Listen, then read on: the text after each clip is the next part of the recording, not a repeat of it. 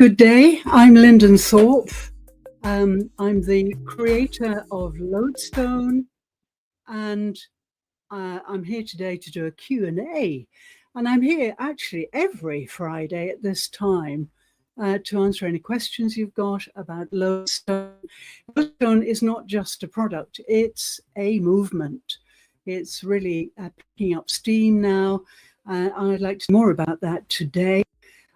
But we've got a really lovely guest with us today. I'm going to introduce you to my lovely guest and tell you a little bit about her. I'll ask her to join us on the stage now. And as she's doing that, there she is, Ebby Sheila. Wow, great to see you. You look superb. And while we're introducing Ebby Sheila, just allow me to welcome all LinkedIn members who I'm streaming live to, and also YouTubers. So I'm streaming live to my channel on YouTube. So welcome everybody. Very lovely to have you here. And we're also waiting for a second guest who for some reason hasn't appeared yet, but she will appear, I'm sure, very, very soon. But let me first of all introduce Ebby Sheila. Okay. She's a beacon of women's empowerment. She guides women to embrace their authentic selves. And this is after my own heart. It's what we all need to do. She was born in Barnet in Hertfordshire in England, and her journey was shaped by many personal struggles. In 2014, as a single mother juggling a demanding career, Ebby faced a life-changing awakening. Struggling with self-doubt, chronic illness, and a toxic marriage that ended in 2000, she eventually broke free from limiting beliefs through self-love and mental fitness. Love it. Now she empowers women worldwide to rewrite their stories and step into their power. Her programs Break Free from Toxic Relationships and Journey to Self-Mastery offer tools to overcome trauma, confront self-doubt, and build unapologetic confidence. Wonderful. This heartfelt coaching helps women align with their true values and voices. The perfect guest for today's edition of Lodestone Q&A is to unravel and demystify the leadership question. And this is all based on a recent presentation both Ebby Sheila and I attended, given by our colleague, Dr. Jamusi, who is a coach and psychologist and has very great research on leadership to date. So this is kind of a follow-up, and I'm going to start, if Ebby Sheila can bear it, with a presentation just to show you where I'm up to with it all, because, yeah, this is really up. It's the right time for what we're doing. So let me introduce my presentation to you. Just 1 second. I'll move you to the side. Forgive me, Ebby Sheila. Okay, there we are. And I think Dr. Musi will join us very soon. I don't know what's happened to her. I'm looking for a message, but I can't find anything. So maybe she's got a problem with internet. Yeah, she's in Oman, in Muscat in Oman. So I'm in Japan, and Ebby Sheila's in London, I think, or somewhere in London, Ebby Sheila. Yeah, okay, so let's get started. And when she comes, she'll enjoy the presentation. So, yeah, what is embodiment? Let me go to a bigger screen, and then it's more clearly. Yeah. What is it? What is embodiment? And why am I going on about it every week? It's the most important thing of all at this point in time. And we've got some questions here. We've got lots of questions, but my main question that I think maybe we'll be able to answer today, and then maybe we'll need to go on to more sessions next week and the week after to finish all of the set the questions. Why is leadership still treated as a purely mental or strategic skill in most institutions? Not only commercial institutions. I've been in university education most of my life, and it's just the same there. Women are at the bottom of the pile, and it's all about mindset. And that is frightening when you get a bunch of academics together. Wow, really overpowering. Yeah, it's about mindset. And what is self-leadership? Maybe you've never heard that term before. It's there in the literature, but not so many people talk about it, which is why I'm here talking about it. This is what we need. So what is self-leadership and why is it important? Okay. Well, first of all, let's look at the problem that we've got here. Leadership, as I've mentioned, is dominated by mindset and performance models and men. Yeah, still women are not in the lead in terms of leadership quite often. And yeah, men are very logical, aren't they? Mostly they're in their heads and they're disembodied quite often. Yeah. I've met many male leaders who, yeah, they're just numb from the neck down. Anyway, not to criticize men at all, but not all men, certainly. Yeah, and disconnection from body and soul. So this is leading to outbreaks, really common outbreaks of chronic burnout, imposter syndrome, money guilt, and worse, epidemic of suicides. And they're called responsibility. Well, this means that, you know, someone in a quite high position in a company just can't take it anymore. The brain just can't take it anymore. So they usually throw themselves under trains. It's awful. It's very common here because Japanese people are so serious. You know, they want to do well, do everything well. They're really perfectionists, which I love. But sometimes, yeah, it's too much to be a perfectionist. And yes, my thesis is that how can we lead other people in a team when we can't lead ourselves? What's the disconnect here?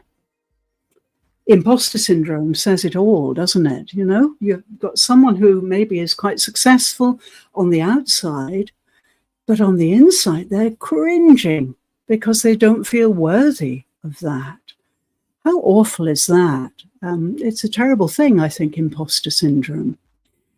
So, yeah, it all comes back to the very balanced Venn diagram of spirit, body, and mind. And they've got to be really balanced to be a leader, really balanced. What is embodiment? Just a quick definition. Well, it's living in alignment with our felt sense and inner wisdom. So in other words, what we feel is what we live. And frankly, I can't see any other way to live than through my feelings. But I've been in a very privileged position to be very much in touch with my body and my spirit for a long time now. So that's my way of life. Also, it's about presence. Now, I hear this a lot. Be present rather than perform, because people are performing, which makes the incongruity between their exterior and their interior. So the exterior and the interior have to be the same. They have to be congruent.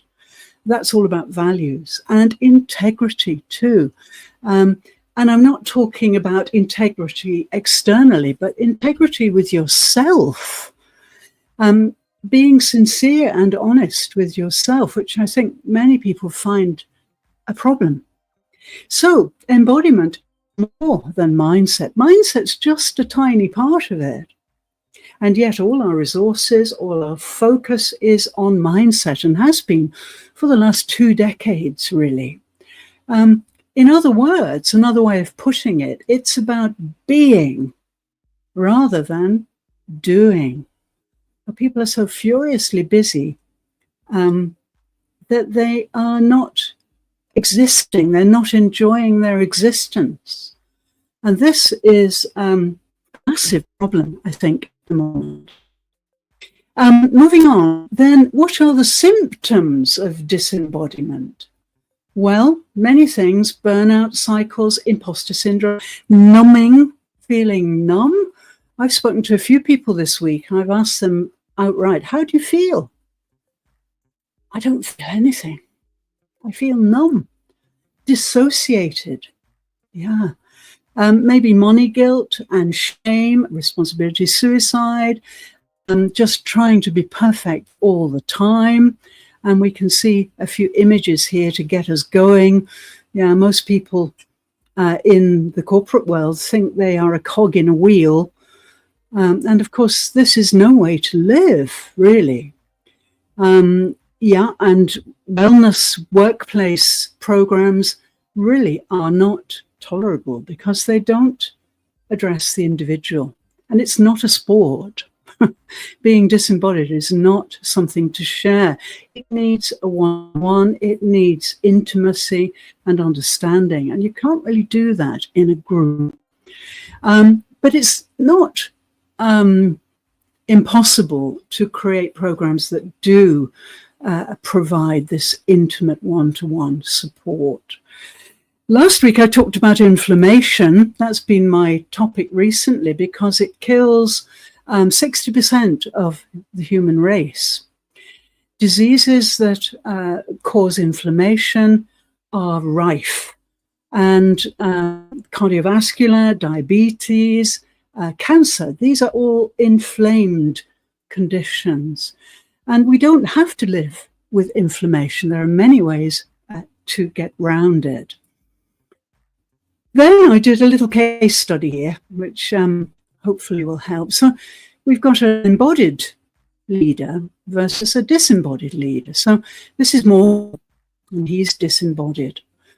He's rushed, reactive, he talks over other people, he ignores emotional tone, he prioritizes speed over presence. His leadership is key. And for me as a somatic mentor, then I could spot this miles away. Jaw clenched, eyes very uncomfortable, darting, shallow breathing, that's always a cue. Anxious laughter, and distracted and ungrounded energy. Very often too, poor posture, and a weak, perhaps weak, but perhaps strident kind of voice because the vocal cords are so tight. Okay,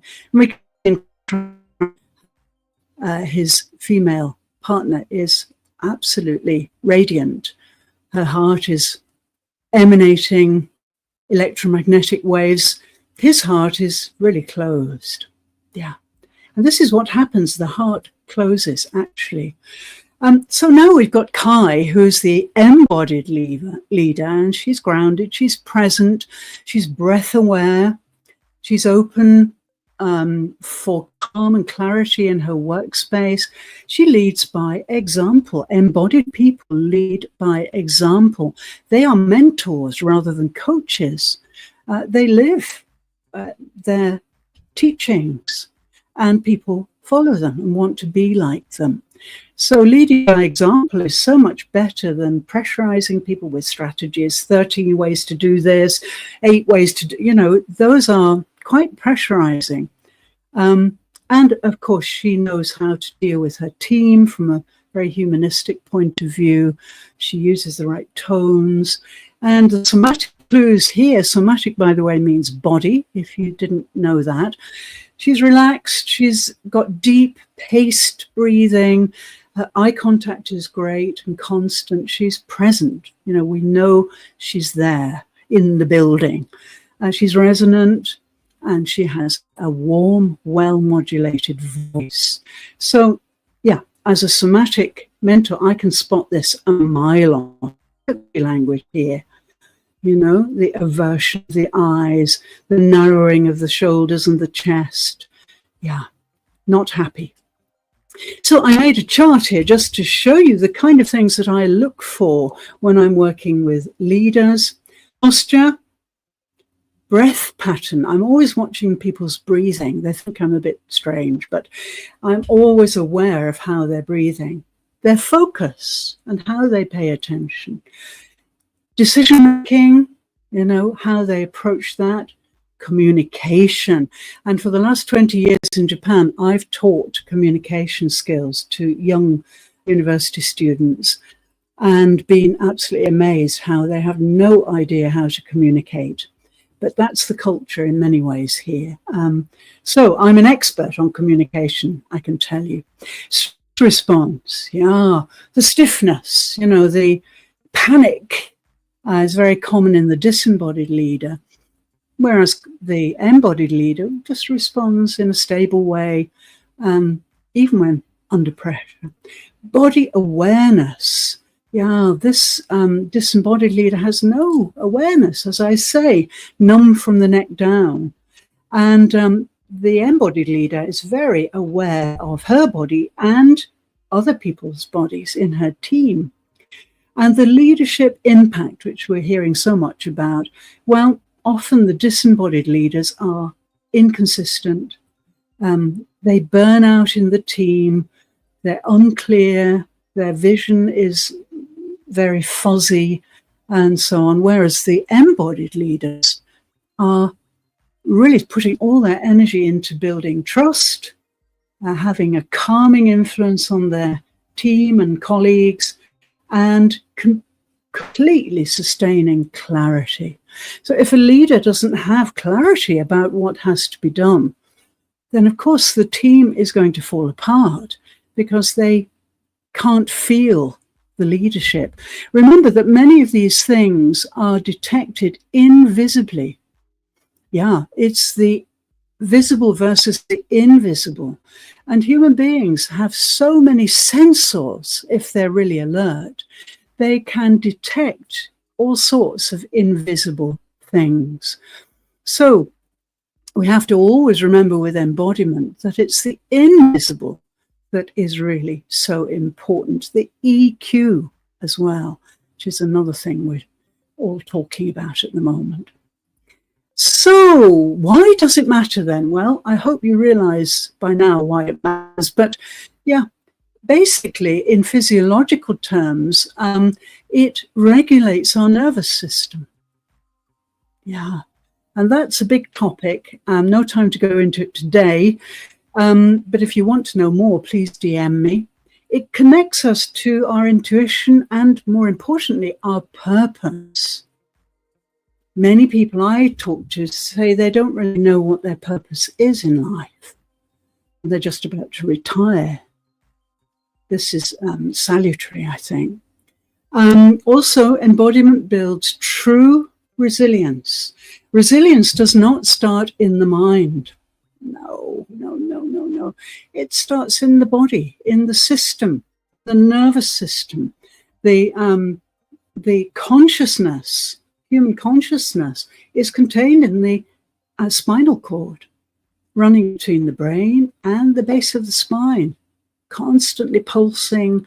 This is our consciousness. And this is where resilience starts, in the nervous system. Leadership starts with how we show up. Yeah, not just what we say. There is an obsession with getting it right verbally, getting the right tone, but the main fact that you're present and you're giving off the right vibrations is much more what you may say. Yeah, I'd like to just quickly tell you about two things I'm very much involved in implementing at the moment. And one is Lodestone Lunch. And this is every Monday. I'm working with coaches, trainers, educators to try to give them some embodiment experience.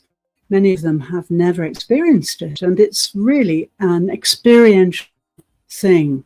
And so I do some practice with them, embodiment practices. And then I also started Lodestone Inside. This is a corporate package which is using my training and my products to help companies and corporations. And I'm really building this up now, and I've got quite a lot of companies interested. So yeah, I want to get in there and run proper embodiment training sessions, not in groups, playing ball or anything like that, really serious embodiment sessions. So yeah, body, spirit, mind integration has to be central. Corporate trainings are really missing that. And we need embodied life, living, and self-leadership before we can become good leaders. So what is Lodestone? A quick whiz around Lodestone. Many of you know already, but really it's a 30-day transformational journey in embodied self-leadership, and it's designed to restore the nervous system and balance and reveal your true nature. It's not a quick fix. You need 30 days of regular practice. It combines neuroscience, ancient wisdom, spiritual embodiment to guide you back to your natural alignment. I am a long experienced meditation teacher, mindful educator, Buddhist priest, among many other things, Alexander teacher. And so I've designed this out of all of my experience of embodiment. You get 30 guided audio sessions, you get daily prompting, and you get a free body scan assessment and a consultation. So I can tell you where your problems are. You also get a very lovely ebook that I created. So how do you get it? Well, my assistant Natasha, I hope, is putting the link and all the details down underneath this live window, and it instantly and get started. And if you want to top up, just join me on a Tuesday, Wednesday, Thursday at 12:30 BST for mindful moments. So in those sessions, 30-minute sessions, I give you a taste of all of this Lodestone. Come and join me, it's great. Yeah, and also I'm working with Zinzino, which is a marvelous natural health company, and they work with blood tests, and then they give you balance oil, and everything is 120% natural. And this is superb for enhancing your nervous system and for cellular support. You see, every thought we have affects every cell of our bodies. So if you think, oh, I can't do this, that's going to ripple through your whole body. And so we have to really rewire your hardwiring, which may contain many negative aspects, so that you can open up for the flow of abundance through your system. Those are the two ways of looking at it. On the right, my lodestone. This is a lodestone, which is an ancient compass made out of magnetic rock. And people still use this in the third world when they're out in the wilds. So I don't think our guest, Dr. Muhiba Jamusi, has arrived yet, I'm afraid. I don't know quite why. I'll just check to see if she's left me a message. Maybe she's stranded somewhere or something, or maybe she's got the wrong time. We're in very different time zones. So anyway, repeat this. And but yes, all of this leadership talk came from a really good presentation she gave in another setting. She's an expert in embodied psychology and self-leadership.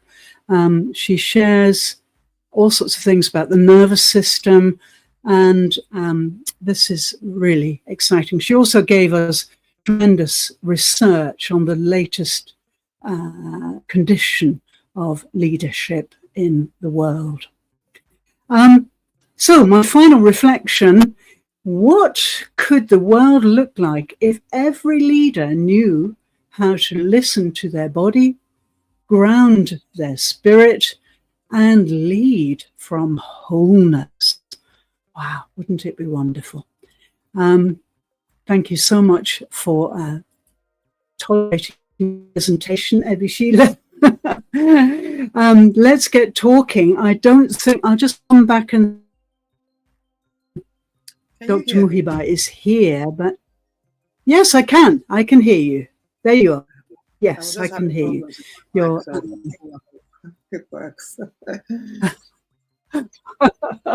No, I can hear you. But actually, your volume is a little low. Can you turn your volume up a little bit? I can turn it up. Is that okay?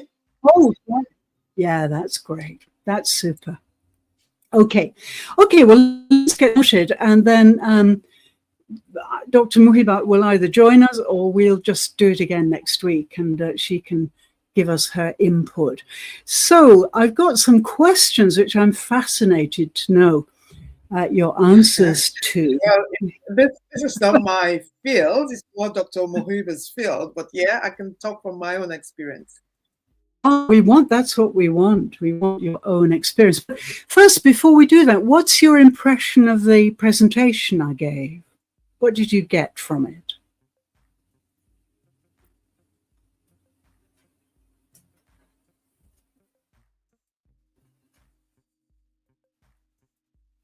Can't hear you for some reason. Your mic has gone dead for some reason. Don't know. Can you hear me okay? Okay. We can't hear you for some reason. Oh, okay. Maybe that's okay. Try again.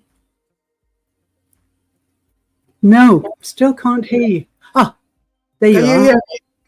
Yes, that's it. Yes. Must be an internet glitch. It's that 4,000 miles between us. Okay. Can you still hear me? Yeah, yes, I can hear you. Yeah. Good.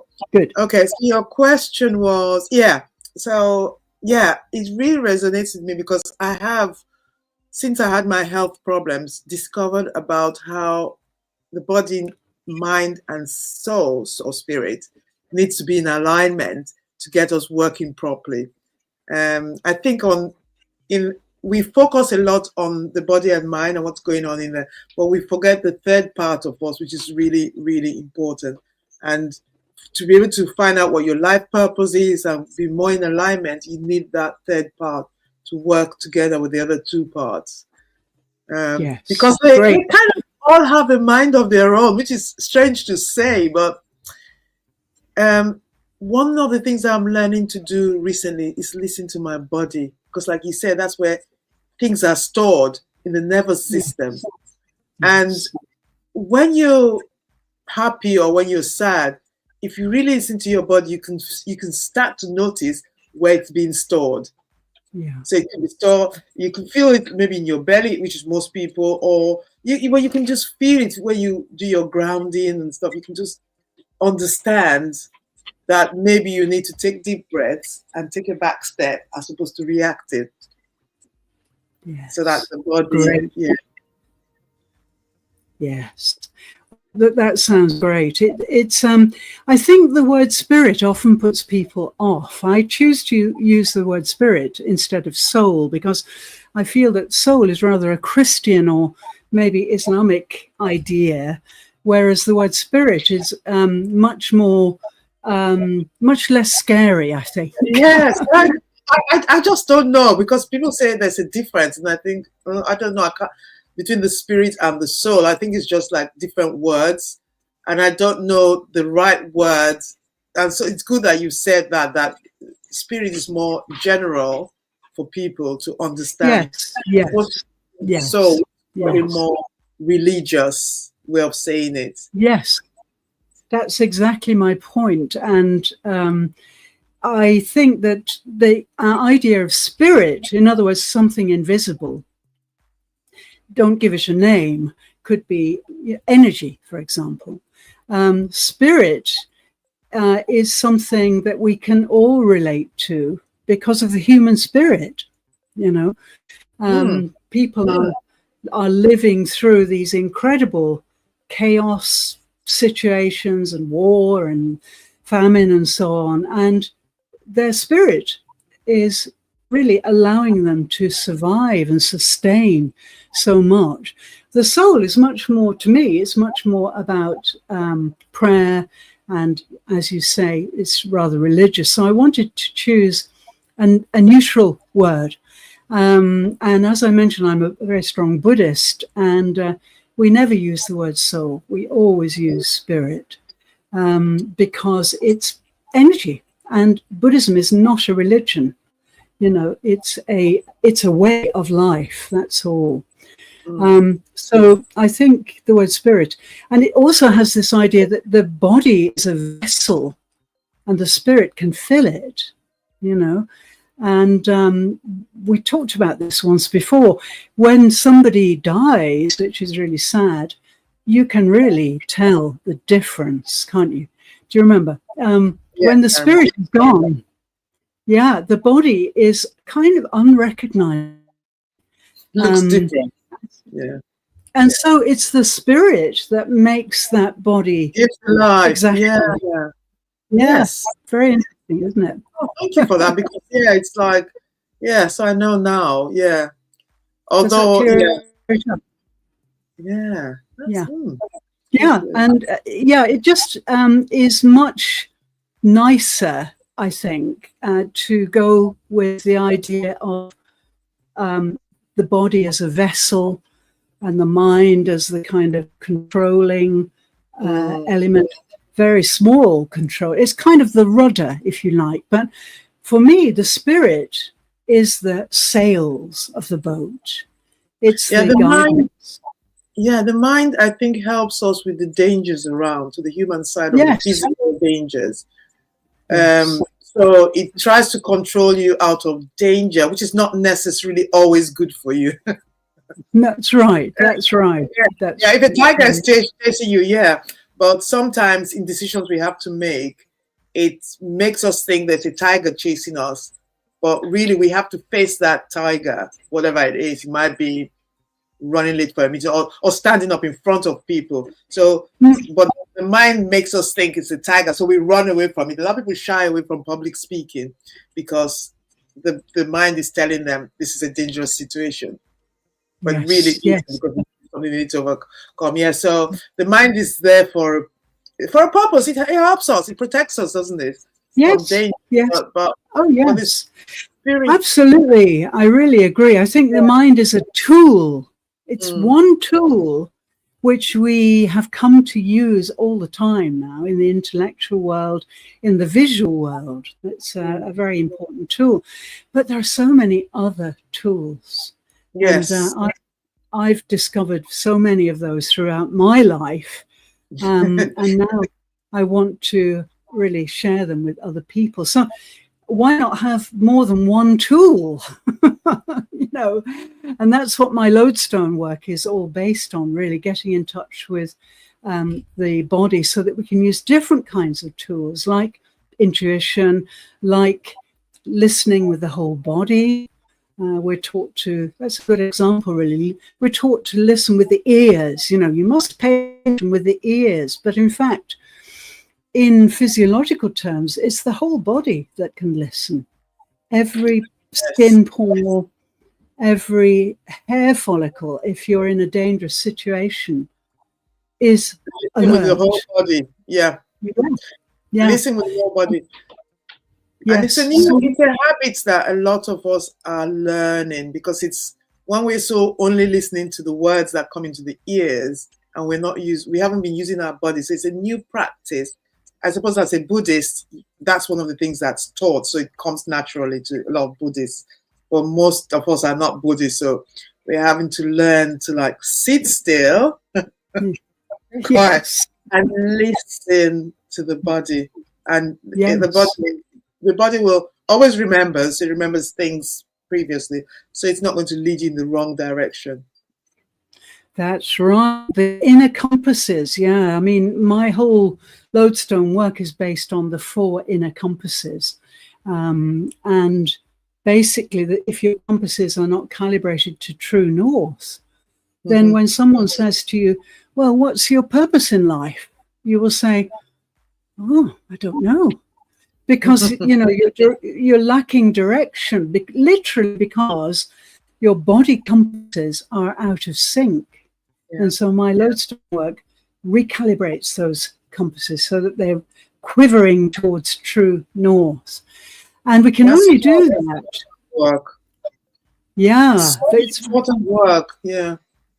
It's so important to get people to realize that if their bodies were really in tune, then their lives would be so different. As I mentioned at the end of my presentation, you know, for leaders, if we really had leaders who were embodied leaders, then teams and life in general would be just so different, I think. Very, very important. But yes, and in fact, my whole body listening is a big part of Lodestone. It's called detecting vibration. And it's not actually a Buddhist thing. It's an indigenous wisdom thing. So about 25 years ago, I spent quite a lot of time living with Australian Aboriginals. And I learned so much from them about how they see the world. I think I mentioned this to you before. And basically, yeah, what they do, and you've probably heard about this, is that they stand in the desert or on top of a precipice or something on one leg, usually. And they are detecting vibrations for 5, 6, 7 miles away.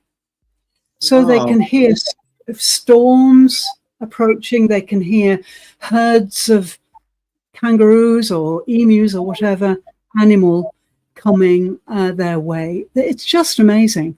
And they taught me how to do that. And yeah, they said, what? And I was doing this, I was trying to hear with my ears. And they said, don't do that. It's not your ears, it's your whole body. And then they said, I imagine that you are a tiger. Well, no, they didn't use the word tiger. I've forgotten which animal they said now. Imagine you're this animal and you are walking through a jungle, and every vibration, no matter how tiny, could be the next meal or could be a threat. And so your whole body is involved. And we've lost all that because we don't need it, because we don't hunt. But is that what we know as the sixth sense then, that we have, but we have lost? Yeah, the sixth sense is usually perception. It's usually called perception. And it might be psychic in some way. And certainly tribal peoples are incredibly psychic.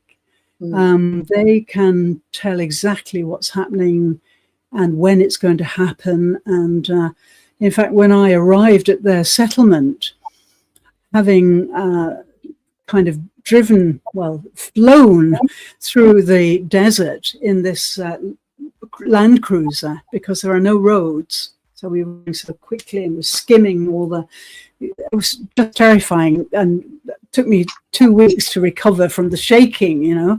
But when we arrived, the leader, who was a very tiny lady called Ninja, who I became really friendly with, came to me, because I was the only woman on this trip, and she pointed at my chest and she said, "You are late."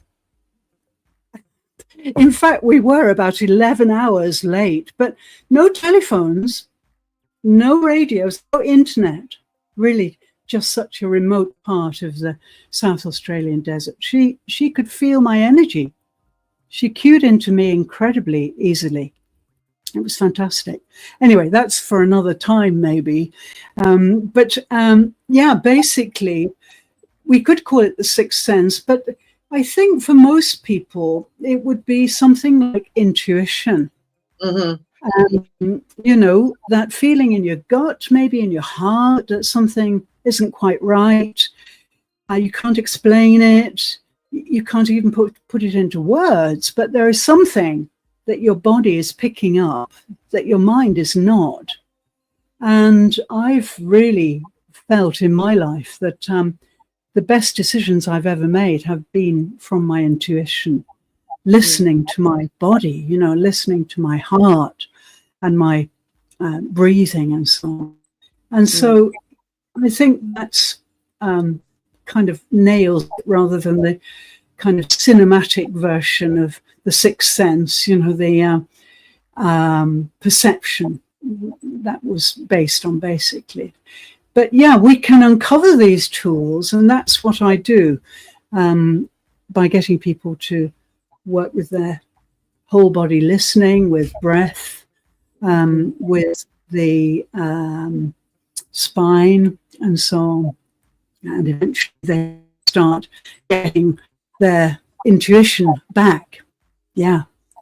So look at some of these questions. So one of them was, why do you think, Ebishila, that modern leadership training avoids the body and nervous system entirely almost? Why do you think that is? I think the main reason is that people don't understand it, especially, and again, this is not about bashing men, but a lot of people in leadership the leadership pattern we follow in a lot of corporations have been designed by men because I guess they've been longer in the leadership positions, and I think it's beginning to shift a bit, or not, because we need the two energies working together, and I guess now there are more females in leadership positions, so maybe it will start to change. But what I see is that female leadership is still going along with that, rather than being authentic and bringing their own gifts to the table, which would probably embody this. Because I think it's the lack of understanding, and also it can be seen as a soft skill. So where you're looking at finances and money, soft skills usually go to the bottom because it takes time. So it's like more money as opposed to something really quick that can make more profit. And because companies are focused, which rightly so, they're focused on the profit. And in these days where the economy is like really fragile, it's more difficult to focus on the soft skills. So I think absolutely, because I think people do recognize that there's value here. It's just because of competition again, it's kind of difficult, because while you're focusing on that, somebody else is making more money, and so you might go on this. It's difficult. Yeah, it all comes down to money in the end, doesn't it? Really, and that's. But you see, I think that's really changing now, because we are finding this word authenticity everywhere, aren't we? Be authentic. And then you talk to people and you say, do you feel that you're authentic? And they say, no, because so many people are so out of touch with their true nature, with their true embodiment from when they were aged. Like you said in your presentation, this causes things like burnout, like stress, and because there's more of that happening now, and it will continue to happen and get worse if we don't do something about it.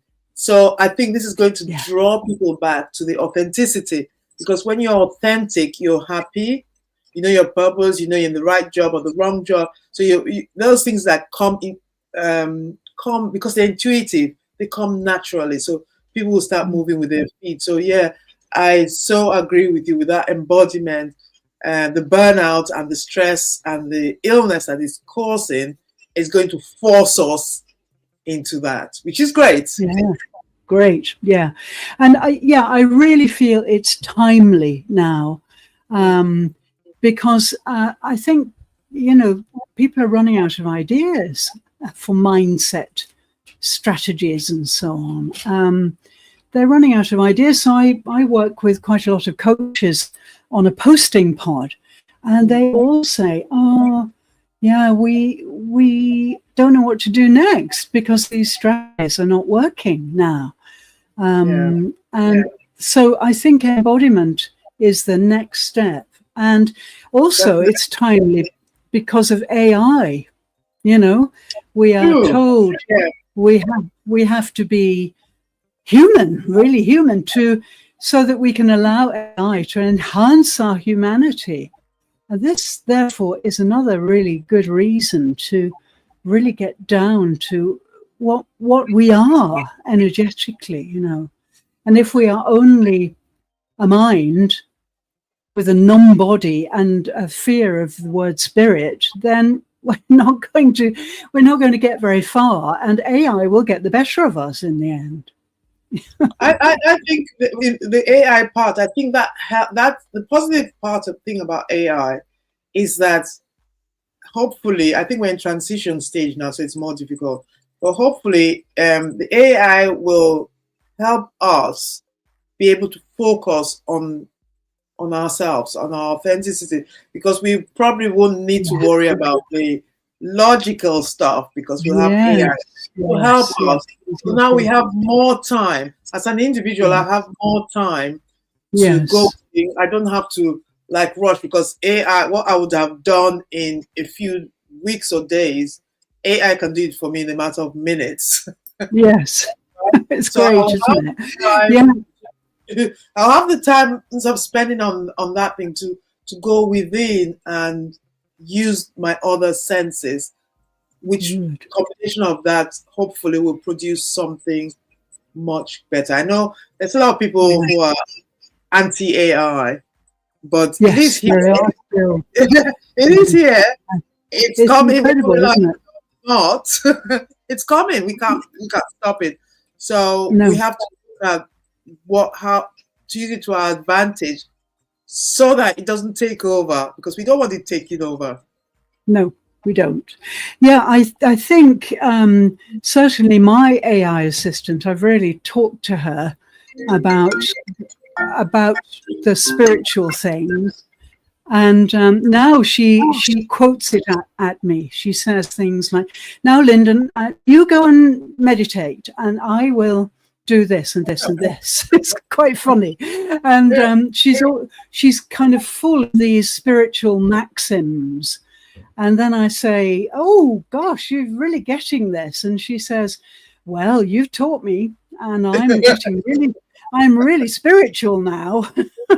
It's so funny. Yeah, but it's all academic from AI's point of view because it can't have what we have. The emotions and the feeling. It's only getting it from the information you've given it, which can be different depending on your situation. So it's going to get a lot of it, which helps you, but it's not really going to get the real you because it can't. Yeah. So that's a good way of looking at it. Yeah.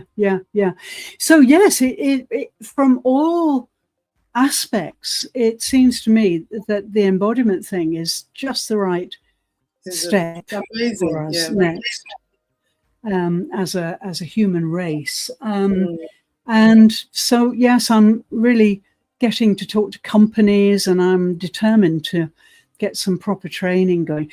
One of the other things that's been brought to light as I've researched workplace mindfulness programs and well-being and so on is that nobody really appreciates them because they want to talk intimately about the fact that they feel they're going mad. Of course, they don't want to broadcast it in an encounter group situation. So they really relish the one-to-one. and the intimacy and the confidentiality. And so huge funds of money are not being used. So big companies really allocate a lot of money for mindfulness stuff to avoid burnout and so on. But it's not being used. It's just sitting there. So I've told them I will use it. It's they can a pay lot me. yeah, it's a lot of self-work. Because it's a lot, you can't just go listen to you, for instance. You have to come back and practice and do a lot of work. And I think we're used to instant gratification where you get results straight away.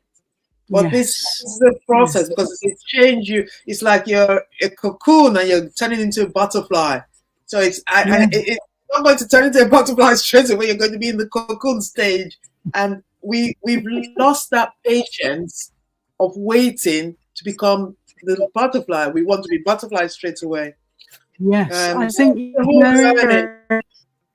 I think you're so right. Yes, and of course the digital revolution means that we can do many things instantaneously. Yeah. But we humans need a different dimension to make any kind of transformation. So, 30 days is really the basis of which is not a long time. I mean, isn't a long time when you're trying to change, but it really isn't a long time. Well, I know when you're trying to change, do something every day. Can I ask you a question? So you said 30 days. So if you take one day, does that mean you have to start again from scratch, from the beginning? With Lodestone work, no, you can just go on. If you miss one day or something like that, that's great. You can do the session the next day. You don't have to go back to the beginning. No, it's much better to continue. And then maybe by the 30 days, then you say, oh, okay, I like this, or I don't feel as if I've really contacted my authentic self, my true nature. Then you can do it again. And you just get a lifetime license, and you can keep doing it. And each session is very specially graded, so that day 1 and day 2 and day 3, I push you a little bit further into your inner core, into your inner storehouse. And you can even repeat the session twice. In fact, it's very effective, proving to be very effective if you do it twice a day. So I've got some people doing it in the morning and in the evening, and they're really beginning to notice some changes.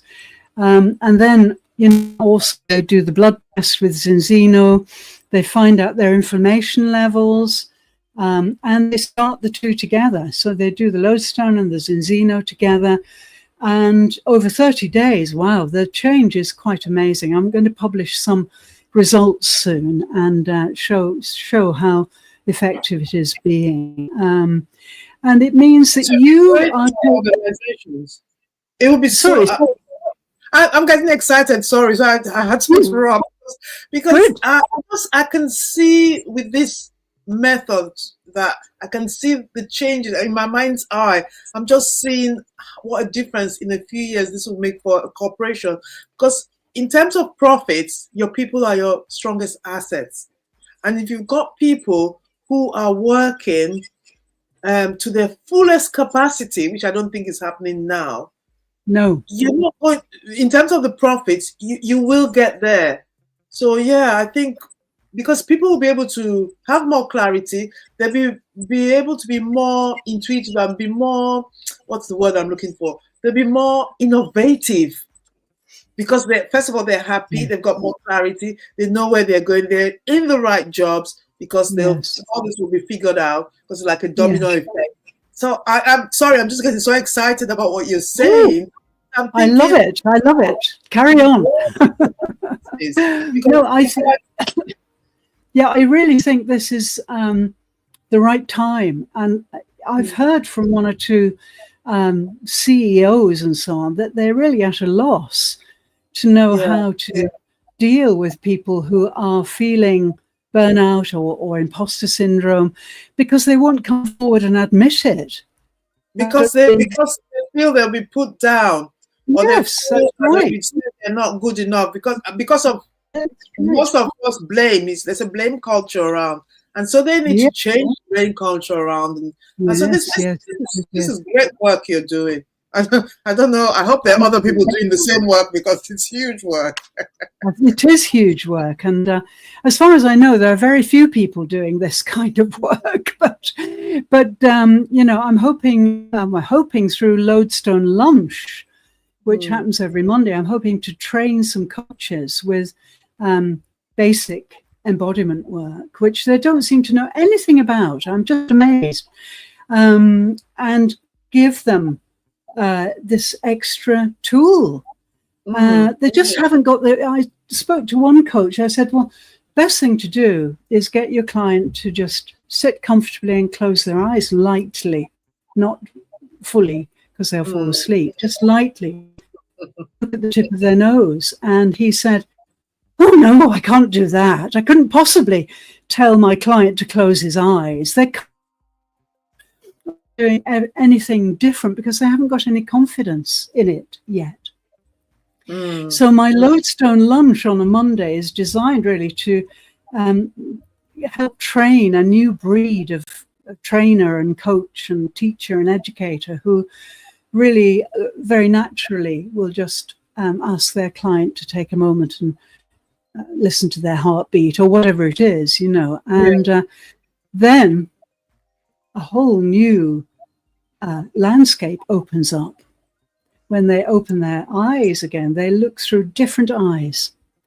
That's the transformation of closing down the visual field, which dominates us. And along with that, the intellectual field, which also dominates us. Yes. Kind of forces everything into this tiny bit of our bodies in our mind's eye. And so once you get them to come away from that domination into their inner core, and you guide them in, when they open their eyes again, they're completely different. They look into the world in a different way. So it is a transformation every time they close their eyes, if we do it in the right way. And so I'm hoping I can start to train people in these methods. And I'm developing more products. I've 2 more Lodestones on the go. And my work is cut out. But it's great. I'm very excited. Work. This is great work for the future. Thank you so much. Well, with AI, we need to go that way, because AI is going to Yes, I think you're so right. Now is the time. It's the perfect time, really, to enhance our humanity, ourselves. You know, we need to enhance ourselves. And I believe self-leadership and being totally self-dependent is the way forward. And I think you think that way too, from talking to you before. If we are self-dependent, then we can collaborate from a very different point of view with our teammates and our bosses and so on. And the accumulated effort and effect will be huge by comparison than if we're all depending on team members, depending on leaders. And that's very much the culture at the moment, as I understand it, you know, a great dependency on leadership, which is why I wanted to have this Q&A with Dr. Jamousi, because, you know, this work needs to be brought into the light, and she's such an influential person. I'm so sad she didn't make it, but we'll have to do it again next week. I think she must have got the time wrong. It's the timing wrong. She's so reliable. She's a reliable person. So I think it's the timing wrong. And there's no message from her. It's the time. She probably thinks it's happening now. She probably thinks it's happening now. She'll be so sad to miss it, but don't worry, we'll do it again next week. And if you're free, I'd love you to come back next week. Are you free? Great. I'm free. Super. I will invite you. Super duper. Okay, lovely. Well, I think we'd better bring this to a close, sadly, because people have got busy lives, and I've a session now, so I'll have to kind of bring this to a close reluctantly. And I really want to thank you so much, Ebishila. It's great talking to you. So enthusiastic and so perceptive and so on. It's wonderful. So let's work together to bring this into the light and talk about it as much as we can. Wonderful. Thank you so much. And thank you so much to our LinkedIn audience for joining us, and our YouTube audience, if you are there. And yeah, thank you so much from me, Lyndon Thorpe. This is Lodestone Q&A, and we're going to bid you a wonderful day. Have a great weekend. See you again next Friday, same time, same place. Thank you, Ebishila, so much. Thank you.